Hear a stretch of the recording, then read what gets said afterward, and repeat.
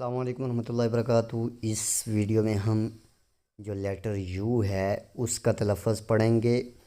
इसका पहला रूल है कि यू की आवाज़ कभी आ यानी अली मद आ निकलती है, जैसे cup, UP up, BUT but, HUT हट। इसका दूसरा रूल ये है कि यू की आवाज़ कभी ऊ बन जाती है, जैसे पुश।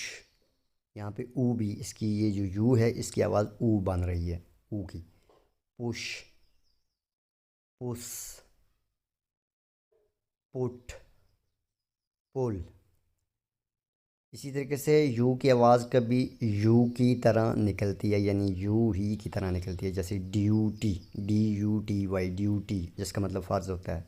Pure, sure, durable.